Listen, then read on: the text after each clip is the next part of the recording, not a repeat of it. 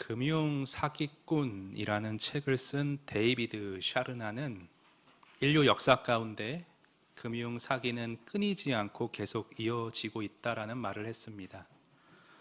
전문가들이 이 금융 사기를 좀 막아보기 위해서 사기의 대표적인 사례들을 좀 분석해보고 똑같은 술법에 넘어가지 않도록 도움을 제공해주고 있지만 사람들은 계속해서 이 금융 사기에 걸려든다고 합니다.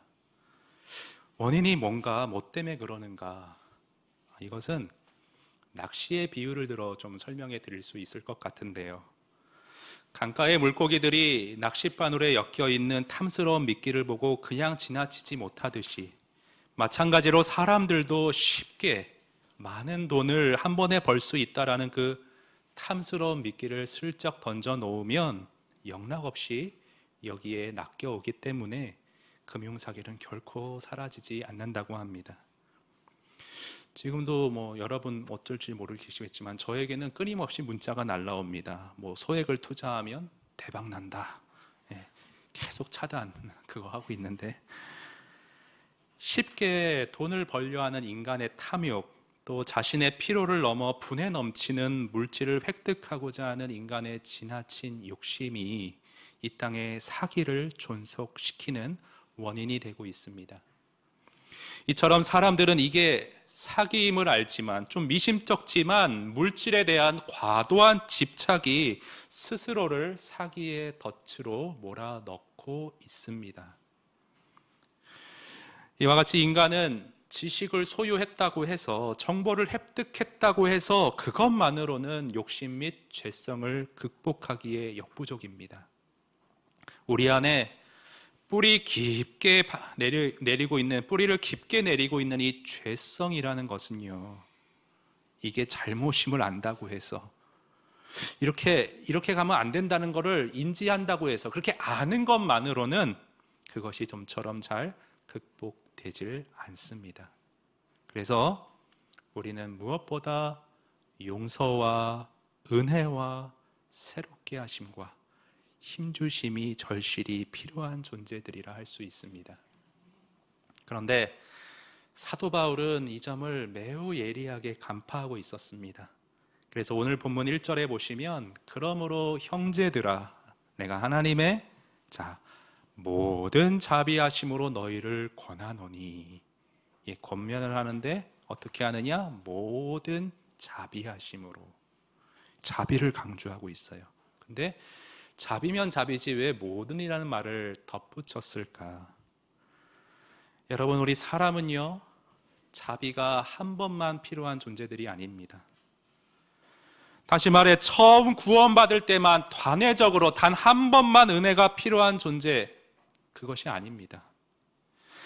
지금까지 저와 여러분이 고백하는 것이 공통적으로 뭡니까? 지금까지 내가 살아온 모든 것이 다 은혜였다, 동일하게 고백할 수 있지 않습니까? 우리는 영화로운 몸을 입고 죄가 전혀 없는 영광스러운 몸을 입고 주님 곁에 서기까지 우리는 모든 순간 모든 일상에서 자비가 필요한, 은혜가 필요한 사람들입니다. 그래서 바울은 하나님이 날마다 때마다 모든 상황 가운데 베푸는 그 모든 자비 안에서 그 모든 자비를 힘입어서 너희가 하나님의 뜻에 따라 이렇게 살아가야 함을 지금 권면해 주고 있는 겁니다. 지금 뭐가 강조되고 있는지 아시겠지요? 여러분, 이 부분이 우리 신앙에 사실 굉장히 중요합니다. 은혜 안에, 은혜에 기대어 하나님의 뜻대로 살고자 노력해야 한다. 이걸 놓치면 로마서 12장부터 시작되는 삶의 적용에 관한 말씀들이 그저 율법적으로 이렇게 저렇게 해라, 나를 몰아붙이는 식으로밖에 들리지 않습니다. 부담이 됩니다. 하지만 바울은 지금 자비와 은혜를 기반으로 그 은혜 안에서 우리가 하나님의 뜻에 따라 이렇게 살아야 한다라는 권면을 주고 있습니다. 자, 어떤 권면을 주고 있는가? 1절 중반부에 나오죠. 너희 몸을 하나님이 기뻐하시는 거룩한 산 제물로 드리라. 한마디로 거룩하게 살라는 겁니다. 은혜를 힘입어 거룩하게 살아라. 근데 재밌는 표현이 있습니다. 거룩한 재물, 그 재물이라는 단어 앞에 수식어가 하나 붙어 있어요. 뭐라고 붙어 있죠? 산. 예. 재물은 재물인데 살아있는 재물이래요. 여러분, 지난 8월 우리가 레위기를 큐티했었는데요. 재물은 보통 구약에서 제사 때 어떻게 드리는가? 살아있는 채로 드리지 않고요, 죽여서 피를 흘려 제단 위에 올리게 되어 있습니다. 그런데 지금 왜 산 제물로 드리라, 왜 이런 표현을 쓰느냐? 우리가 은혜로 구원받았다 해도 저와 여러분이 가지고 있는 이 육체, 이 옛 습성이 남아있는 이 몸 안에는 여전히 하나님의 뜻에 반하는 몸의 정욕, 사욕이 잔재로 아직 남아있기 때문에 그렇습니다. 정욕이 아직도 우리 안에 살아있어요. 그렇기 때문에 바울은 한 번만 사욕을 죽인다고 해서 끝나는 일이 아니다. 이거는 너희 안에는 죄성이 살아있다. 그러므로 매일 매순간 너희 몸을 뿌리내리고 있는, 너희 몸에 뿌리고 있는 잘못된 죄성을 죽여가면서 매번 하나님께 너희 자신을 거룩하게 드려야 한다. 이런 의미에서 너희 몸을 거룩한 산 제물로 드리라, 그렇게 표현을 한 것입니다.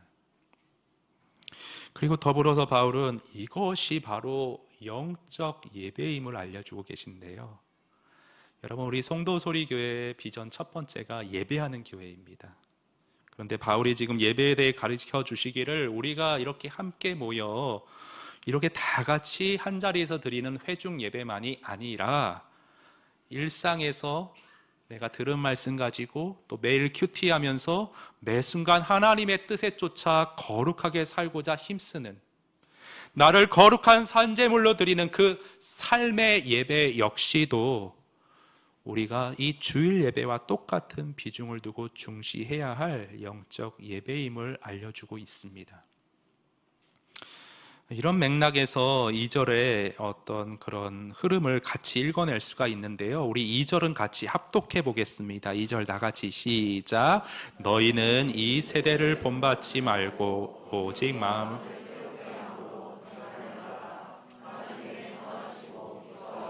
온전하신 뜻이 무엇인지 분별하도록 하라. 예, 그 문맥의 흐름 가운데 그 아래 뒷부분을 좀 보시면 하나님의 선하시고 기뻐하시고 온전하신 뜻이 무엇인지 분별하도록 하라.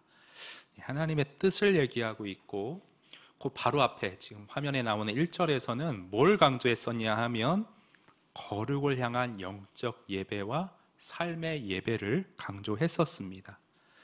자, 이런 문맥의 흐름 가운데 하나님의 선하시고 기뻐하시고 온전한 뜻이란 무엇인가? 그것은 이 문맥 안에서 짧게 좀 좁게 보자면 그것은 하나님의 뜻은 거룩을 향한 삶의 예배임을 읽어낼 수가 있습니다. 그렇습니다, 여러분. 우리를 향한 하나님의 뜻, 거룩입니다. 내가 거룩하니 너희도 거룩할지어다. 성경은 레위기에서 또 신약 같은 경우에 베드로 전서 같은 곳에서 이 거룩에 대해 분명히 하나님의 뜻이라 밝히고 있습니다. 그런데 성경에 이처럼 분명히 명시된 거룩에 관하여서 세상 사람들, 그들은 이를 아주 멸시하며 경시하며 살아가는 경향이 있습니다. 하나님의 거룩과는 상관없이 콧방귀 끼며 살아가는 것이 일반 세상입니다. 그런데 공교롭게도 교회 안에서도요, 이 거룩이라는 단어를 쓰면 그건 어디 저기 수도원에서 좀 통용되는, 우리랑은 좀 거리가 있는 개념으로 여기는 안타까운 경우들이 있습니다. 그래서 교회가 세상에 영향을 미치는 게 아니고요, 거꾸로 교회가 세상을 점점 닮아가고 있습니다. 세상 어떻게 살아가죠? 일반 사람들이 추구하는 삶의 목적이 무엇이죠? 대개 나의 만족, 나의 유익, 내가 원하는 소원 성취에 모든 초점이 맞춰져 있음을 볼 수 있습니다. 제가 어느 날 이렇게 등산을 하려는 하는데 올라가는 길에 이렇게 절이 하나 있더라고요. 근데 그 절 입구에 큰 현수막으로 네 글자가 아주 큼지막하게 적혀 있었습니다. 뭐라 적혀 있었냐 하면 소원성취라고 적혀 있었어요. 소원성취. 저는 불교에 대한 조예가 깊지 않지만 불교는 뭐 이렇게 무소유, 비우는 것으로 제가 불교를 이해하고 있는데, 그런데 그 절은 소원성취 이렇게 크게 써붙여 있더라고요. 소원성취 나쁜 거 아니에요, 여러분. 좋은 겁니다. 하지만 기독교의 본질은 나의 소원을 성취하는 것보다는 하나님의 소원이 성취되어 가는 것이 기독교입니다. 물론 우리를 돌보시는 주님 앞에 우리의 소원을 아뢰을 수 있고요, 또 하나님이 우리에게 소원을 두고 행하게 하시고 거기에 응답해 주셔서 선한 것들로 채우시고 공급해 주시는 일이 있으시지요. 하지만 그보다 더 근원적으로 기독교는요, 우리의 필요와 인간적인 필요를 맞춘 소원보다도 기독교는 삶의 모든 일상의 순간을 통해 우리를 거룩으로 빚어가시는 하나님의 선하신 뜻이 이루어져 가는 것, 하나님의 소원과 뜻인 거룩이 우리 안에 점차 자라가는 것, 그것이 바로 기독교입니다. 그런데 세상은 뭐 그렇다 쳐도 교회 안에 성도님들조차도 세상 풍조에 휩쓸린 나머지, 이 세대의 정신에 물든 나머지 나도 모르게 거룩보다는 인간적인 초점에서의 나의 원함, 소원, 욕구가 우리 신앙의 초점으로 되어 있는 경우들이 있습니다. 하나님이 선하시다면 이렇게 해주셔야지, 자기 관점에서. 하나님은 반드시 이 문제를 해결해 주셔야지. 하나님의 뜻은 내가 하는 일이 잘 풀리고 내가 원하는 바가 채워지는 것, 이게 하나님의 기뻐하시는 뜻이지. 이런 식으로 겉으로는 신앙의 형태가 이렇게 갖춰져 있지만 그 속 알맹이는 실제 세상을 본받아 사는 그리스도인들이 얼마나 많은지 모릅니다. 그래서 바울은 이런 식의 문제의식을 가지고 오늘 2절 말씀을 통하여서 너희는 이 세대를 본받지 말고 오직 마음을 새롭게 함으로 변화를 받아 너희를 향하신 하나님의 선하시고 기뻐하시고 온전한 뜻이 거룩인 것을 분별하며 살아가라고 우리에게 일러주십니다. 그래서 오늘 본문 1, 2절의 메시지를 이렇게 좀 요약해 보면요, 은혜 안에서 거룩하게 매일매일을 살아가라. 달리 말해 우리를 향하신 하나님의 뜻은 거룩인 것을 분별하며 살아가라라고 요약할 수 있습니다. 자, 그렇다면 여러분, 이 진리를 우리 안에, 우리 삶 속에 어떻게 적용할 수가 있을까요? 여러분, 성경의 진리는요, 이 문장으로, 명제적으로, 이렇게 관념적으로만 그렇게 이해해서는 안 됩니다. 그렇게 이해해서만은 안 됩니다. 진리는 반드시 그걸 이해했다면 그걸 내 삶 속에 적용할 수 있어야 합니다. 저는 그런 의미에서 이 성경 안에 수많은 이야기가 실려 있다는 것이 참 반갑습니다. 왜냐하면 삶의 구체적인 얘기, 이 간증을 들으면 하나님의 진리가, 하나님의 역사가 실제 우리 삶 속에 저렇게 펼쳐지는구나, 우리가 그걸 그림으로 볼 수 있지 않습니까? 그래서 그걸 우리 삶 속에 내가 대입하여 가져올 수가 있지 않습니까? 근데 구약이 대부분 자세히 보시면 이야기예요. 간증이 참 많아요. 아브라함의 간증, 모세가 살아온 간증, 야곱이 분투하며 살아온 간증이 이 안에 담겨져 있습니다. 그래서 이제 베드로후서 강해가 한 2주면 다 끝날 것 같은데, 저는 이제 신약의 강해를 마치면 이제는 골고루 하기 위해 구약으로 넘어가서, 근데 구약이 좀 방대하잖아요. 창세기 50장 이렇게 강해해 버리면 여러분 너무 지루하시잖아요. 그래서 구약은 인물별로 이렇게 강해를 해 나가려고 해요. 유명한 인물만이 아니라 좀 이렇게 유명하지 않는 사람들도 한번 살펴보려고 합니다. 그래서 한 번은 신약, 한 번은 구약 인물, 이렇게 신구약을 번갈아 가면서 여러분이 말씀을 고루 섭취할 수 있도록 섬겨드리고자 합니다. 어찌되었건 다시 본문으로 돌아와서 오늘 바울이 본문에서 권면하는 그 메시지, 우리를 향하신 하나님의 뜻은 거룩인 것을 분별하며 살아가자라는 이 진리를 마치 TV 드라마와 같이 생동감 있게 보여주는 성경 이야기가 하나 있어서 여러분과 좀 같이 살펴보고자 합니다. 로마서 12장 다시 안 올 건데요, 우리 창세기 29장 한번 찾아가 보시겠습니다.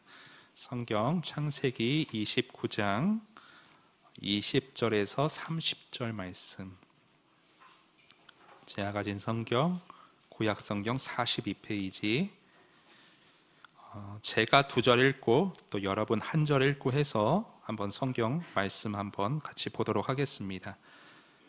29장 20절 21절 제가 먼저 읽습니다. 야곱이 라헬을 위하여 7년 동안 라반을 섬겼으나 그를 사랑하는 깔닥에 7년을 며칠같이 여겼더라. 야곱이 라반에게 이르되 내 기한이 찼으니 내 아내를 내게 주소서. 내가 그에게 들어가겠나이다.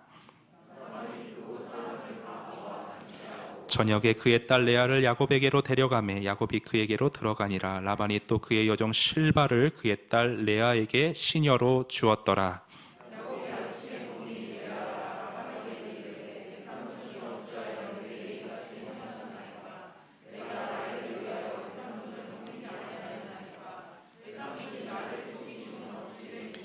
라반이 이르되 언니보다 아우를 먼저 주는 것은 우리 지방에서 하지 아니하는 바이니라. 이를 위하여 7일을 채우라. 우리가 그도 내게 주리니 내가 또 나를 7년 동안 섬길지니라.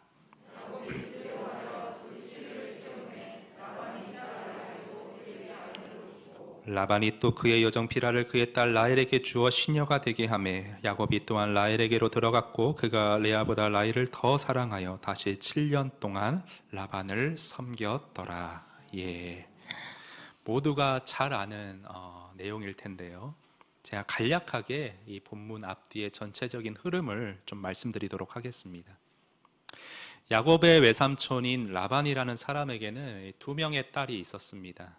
첫째 이름은 레아이고 둘째 이름은 라헬이었습니다. 근데 라헬이 언니 레아보다 더 아리따웠기에 야곱은 라헬을 사랑했습니다. 그래서 라헬과 결혼하고자 아버지 라반에게 가서 내가 7년을 일할 테니 라헬을 저에게 주십시오 제안을 했고 약속을, 결혼의 어떤 확증을 받아냈습니다. 그런데 야곱이 라헬을 어찌나 사랑했던지 7년의 노동 기간을 전혀 힘들어하지 않았다고 성경은 기록하고 있습니다. 7년을 단 며칠같이 여겼더라. 기대에 차서 기쁨으로 일하다 보니 7년이 참 금세 흘러갔고요. 드디어 7년이 차서 라반에게 가서 이제 라헬을 저에게 아내로 주십시오라고 그렇게 말을 했더니 라반이 결혼식을 약속을 지키는 의미에서 올리도록 허락했습니다. 모든 일이 순조롭게 잘 진행되어 가는 듯이 보였는데, 근데 이제 웬일인지 그 유대 문화에서는 결혼하는 신부가 이 얼굴뿐 아니라 몸 전체를 베일로 가리는 풍습이 있었다고 합니다. 근데 그 베일 뒤에는 라헬이 아닌 레아가 있었던 것이죠. 왜 이런 엽기적인 행각을 벌였는가? 그것은 라반의 욕심 때문이었습니다.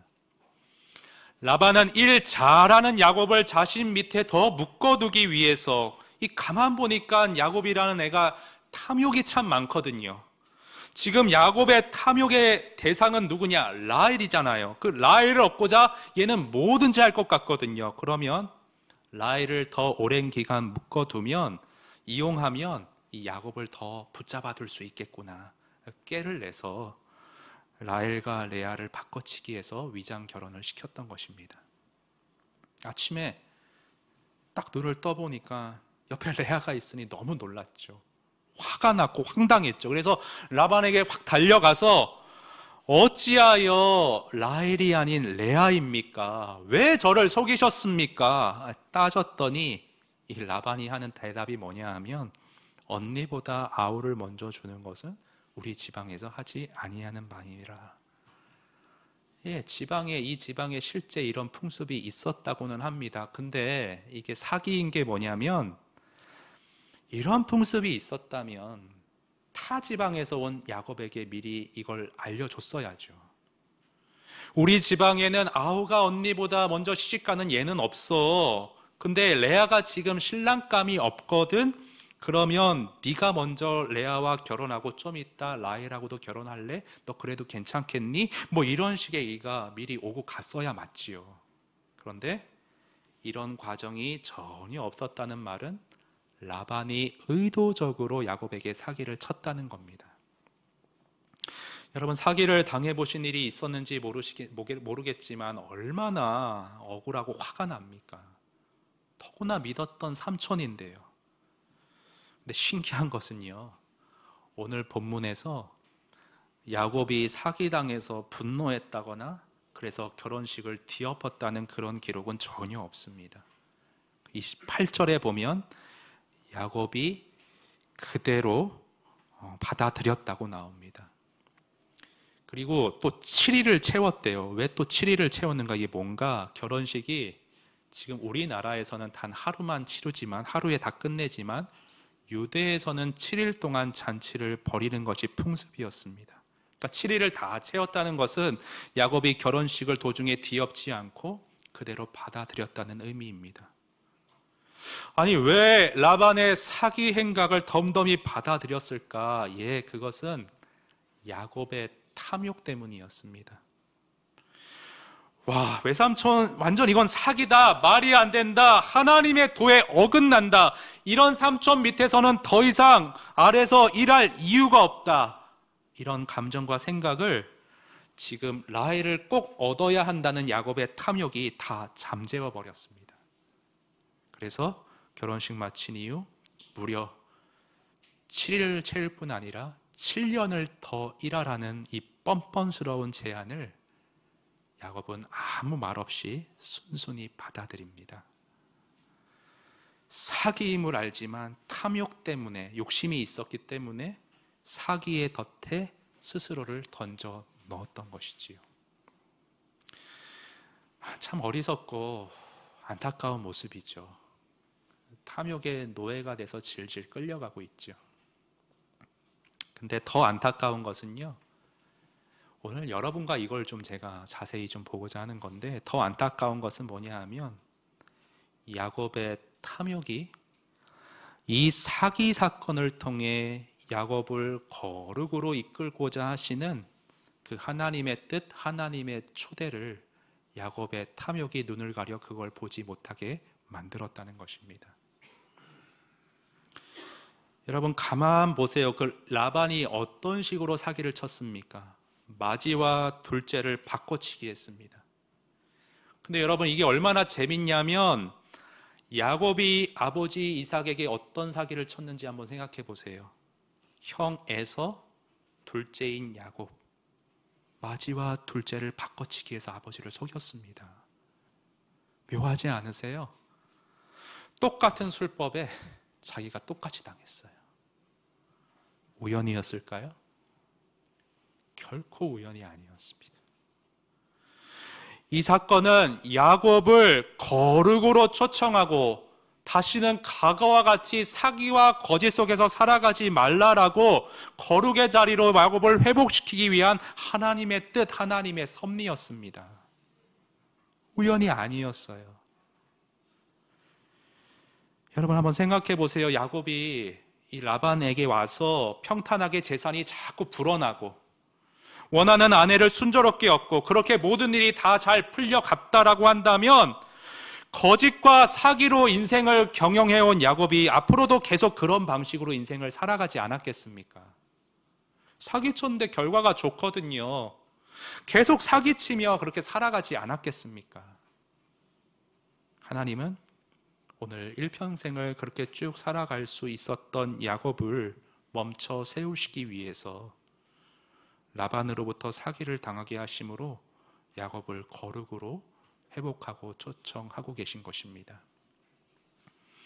거짓의 아비 사탄과 영합하는 삶으로부터 야곱아, 좀 이제 돌이켜라. 나는 너를 거짓을 추구하는 삶으로 부르지 않았다. 나는 너를 거룩한 백성으로, 나의 온전한 자로 세우고 그렇게 살아가도록 하기 위해 나는 너를 택하였노라. 이것이 사기를 통한 하나님의 부르심이었습니다. 그런데 안타깝게도 야곱은요, 자신을 거룩으로 부르시는 하나님의 초청을 눈이 감겨 이거를 분별해내지를 못합니다. 뭔가 원하는 것은 반드시 얻어내고야 말겠다는 탐욕이 야곱의 모든 것을 사로잡고 마비시키고 있었기 때문에 그는 영적인 눈으로 하나님의 뜻을 분별하지 못했습니다. 그래서 야곱이 이 사건을 계기로 돌이켰다거나 거룩한 자로 변화되었다는 그런 기록은 오늘 본문에 뒤이어서는 나오지 않습니다. 그 일은 뒤늦게 한참 뒤에서야 일어납니다. 약복강에서 그 환도뼈가 이렇게 처짐으로 그때야 가서 그때 일이 이제 성화가 시작되는 것이지요. 자, 오히려 야곱은요, 자, 이 사건 이후에 어떤 일을 행하느냐, 외삼촌에게 역으로 사기를 칩니다. 그리고 이 일로 인해서요, 과거와 같이 또 비슷한 상황으로 도망자의 신세가 되어서 그렇게 살아가는 실로 안쓰럽고 험악한 세월을 이어가게 됩니다.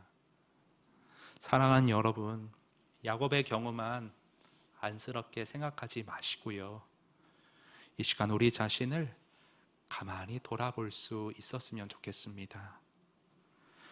지금까지 살아오시면서 혹시 답답한 가운데, 어려움 가운데, 곤혹스러운 가운데 놓여 계신 적은 없으셨습니까? 아니, 혹시 현재 그런 상황 가운데 놓여 계신 분은 없으십니까? 명절 스트레스라고 단란해야 할 가족 모임에 갖은 다툼과 갈등이 일어나는 경우들이 있다고 하는데요, 여러분, 이번 명절에 추석에 어려움들 없으셨습니까? 중요한 것은요, 단란하게 보냈든 갈등 속에 보냈던 중요한 것은요, 바로 그 상황 가운데, 그 당혹스럽고 곤혹스러운 상황 가운데 나를 거룩으로 초대하시는 하나님의 뜻을 분별하여 살아갈 수 있어야 한다는 것입니다. 아니, 목사님, 저는 잘못한 게 없는데요, 신앙생활 이 정도면 꽤 성실히 해오고 있는데요, 이런 어려움이 저에게 닥쳐오는 게 맞습니까? 아니에요. 우리가 꼭 무슨 잘못을 해서 형벌로서만 어려움과 고난이 오는 것으로 그렇게 생각해서는 안 됩니다. 죄성을 가진 저와 여러분의 존재됨 자체가 우리를 다듬으시는 하나님의 손길과 만지심과 연단을 필요로 한다는 사실을 우리가 놓쳐서는 안 됩니다. 웨스트민스터 신앙고백서는 이를 다음과 같이 진술해주고 있습니다. 한번 들어보시죠. 지극히 지혜로우시고 의로우시고 은혜로우신 하나님께서는 종종 그분 자신의 자녀들을 다양한 유혹과 마음의 부패에 얼마 동안 그대로 두신다. 이것은 이전에 범한 죄 때문에 이들을 징계하시기 위한 것이거나, 자, 그 다음이 중요해요. 이들의 마음의 부패와 거짓됨의 숨은 힘, 마음의 부패와 거짓됨의 숨은 힘이 우리에게 있다는 것이죠. 이것을 이들이 발견하도록 하시며 고난을 통해 이들이 겸비해지도록 하기 위함이다. 또한 이들로 하여금 죄를 범할 수 있는 모든 장래의 기회들에 대비하여 더욱 경계하고 여러 가지 다른 의롭고도 거룩한 목적들에 대하여 더욱 유의하며 살도록 하기 위함이다. 예, 여러분, 저와 여러분의 내면 안에는요, 마음의 부패와 거짓됨의 숨은 힘이 도사리고 있습니다. 우리는 본성적으로 거룩이라는 단어와는 별개로 상관없이 살아가기가 쉬운 존재들입니다. 그래서 이사야 64장 6절 말씀, 무릇 우리는 다 부정한 자 같아서 우리의 의는 다 더러운 옷 같으며 우리는 다 잎사귀같이 시들므로 우리 죄악이 바람같이 우리를 몰아가나이다. 난 이만하면 괜찮은 사람이지, 이만하면 거룩하다고까지는 할 수 없지만 신앙생활 꽤 잘하고 있지. 아니요, 그 모든 것이 한 톨의 점도 흠도 없으신 하나님 앞에서는, 그 기준 앞에서는 다 부정한 것입니다. 더러운 옷과 같은 것이라 성경이 말씀해 주십니다. 그리고 우리는 잎사귀 같이 시들기 쉬운 존재, 우리 내면에 이 주변에 죄악의 바람이 이렇게 한번 불어오면 그 죄악에 휩쓸려 내 몸과 삶 전체가 죄악의 바람에 실려서 순식간에 휙 휩쓸려 날아가 버리기 쉬운 존재가 바로 저와 여러분입니다. 선줄로 생각하는데 그때 넘어지기가 쉬워요. 우리 스스로는 결코 그래서 의로울 수 없고 우리 스스로는 결코 거룩한 삶을 이어갈 수 없습니다. 그런데 감사한 것은요, 우리 하나님은 이렇게 살아라 율법 제시해서 몰아붙인 하나님이 아니시라 은혜의 하나님이시라는 사실입니다. 은혜로 우리 모든 일상 가운데 지금 당신의 아들의 형상으로 거룩하게 우리를 빚어가고자 끊임없이 열심을 내고 계십니다. 우리가 안 되는 걸 하나님이 해주고자 하세요. 그런데 중요한 것은요, 여러분, 우리가 그 하나님의 초대와 열심에 응해야 한다는 것입니다. 하나님이 우리를 부르신 구원하신 그 목적이 무엇입니까? 십자가의 사랑과 은혜로 거듭난 자답게 커가고 우리의 존재됨이 거룩으로 성화되어 가는 것, 그리고 주님이 맡겨주신 사명을 위해 충성하는 것.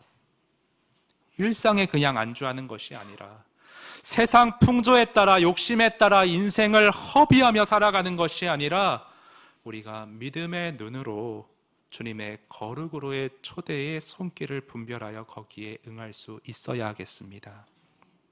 이걸 뒤늦게 알면요, 소중한 한 번뿐인 인생인데 그 한 번뿐인 소중한 인생을 대부분 광야에서 뺑뺑뺑 돌며 허비하기가 쉽습니다. 인생 거의 다 살고 나서 뒤늦게 가서 후회하는 거죠. 빨리 내 삶 가운데 섭리하셔서 나를 거룩으로 초대하시는 하나님의 손길을 하루라도 빨리 볼 수 있어야 합니다. 우리가 일찍이 이렇게 영적인 눈을 떠서 거룩으로의 초대에 우리가 응할 수가 있다면, 그러면 여러분, 그럴 때 여러분은 불만과 고통으로만 느꼈던 현실 속의 어려움들이 다 사실은 그것이 진정한 행복으로의 거룩으로의 나를 초대하시는 하나님의 사랑이었다는 사실을 아시게 될 것입니다. 그리고 그 안에서만 누릴 수 있는 인생의 답이 바로 내 눈앞에 있었는데 내가 그것을 놓치고 살았다는 것을 깨닫게 되실 것입니다. 또한 나에게 마이너스인 줄만 알았던, 피하고만 싶었던 그 시간들이 결코 나에게 손해가 아니었음을 간증하게 되실 것입니다. 이것이 모든 상황 속에서 우리를 거룩으로 초청하시는 하나님의 뜻을 분별하여 응답하는 믿음의 사람만이 경험할 수 있는 경이로움이요, 자유로움이요, 견고함입니다. 우리 믿음의 선조들은 이 비밀을, 이 경건의 비밀을 알고 그것을 실제 경험하여 살아갔던 것 같습니다. 우리 찬송가 338장에 나오는 유명한 찬송시를 한번 화면에서 보시면요, 내 주를 가까이 하게 함은, 거룩하신 주님을 가까이 하게 되는 그 과정은 십자가 짐 같은 고생입니다. 십자가의 길은 좁습니다. 그러나 그 고생스러운 과정을 통과해서 결국은 나를 생명의 길, 거룩으로 인도하시는 하나님의 선하시고 온전하신 뜻을 모든 일상 가운데 분별할 수 있는 믿음의 사람들의 그 고백은 무엇인가? 내 일생 소원은 늘 찬송하면서 거룩하신 주께로 더 가까이 나가기 원합니다. 믿음의 사람들의 고백이죠. 사랑하는 여러분, 하나님의 모든 자비하심으로 권면드립니다. 은혜 안에서 여러분의 몸을, 여러분의 삶을 주님이 기뻐하시는 거룩한 산 제물로 매일매일을 드리면서 사실 수 있기를 바랍니다. 어떻게 우리가 거룩하게 매일을 살 수 있는가? 거룩과 반대로 치닫고자 하는 죄성을 가진 우리 스스로의 힘으로는 결코 이룰 수 없지요. 오직 하나님이 은혜로 이끄시고 하나님이 은혜로 우리를 다듬어 주셔야만 합니다. 은혜의 하나님은 모든 자비하심으로 우리 일상을 지금 섭리해 가고 계십니다. 일상 가운데 계속해서 우리를 거룩으로 다듬고자 우리를 지금도 부르고 계십니다. 바라기는 우리 모두가 이 초대를 믿음의 눈으로 분별하여 사실 수 있기를 바랍니다. 분별하여 모두가 이 초대에 믿음으로 응할 수 있기를 바랍니다. 우리의 인생은요, 생각보다 굉장히 짧습니다. 오늘 9월 11일인데요. 제가 군대에 입대하려고 속초 앞바다에 갔던 게 9월 11일이어서 한번 떠올려 보니까 20년이 지났어요, 벌써. 엊그제 같은데 군대 간 게. 너무 짧아요, 빨라요. 한 번뿐인 빠른 인생, 야곱처럼 너무 뒤늦게 이 초대에 응하게 된다면 나중에 나이 들어 내가 허비한 세월을 후회하게 될지 모르겠습니다. 야곱이 바로 왕 앞에 서서 뭐라 고백했는 줄 아십니까, 여러분? 왕이시여, 제가 그동안 광야와 같은 세월을 삥삥 돌며 헛된 탐욕 속에 방황하며 제가 험악한 세월을 보내왔습니다. 그런 고백을 합니다. 우린 이런 고백 안 했으면 좋겠습니다. 일상에서 여러분의 삶의 다양한 정황 속에서 여러분을 거룩으로 초대하시는 하나님의 선하시고 기뻐하시는 뜻을 분별하시고 응하심으로 비록 그 길이 고될지라도 그 십자가의 길 안에서 진정한 행복 누리시며 생명길 걸어가시는, 찬송으로 걸어가시는 저와 여러분이 될 수 있기를 바랍니다.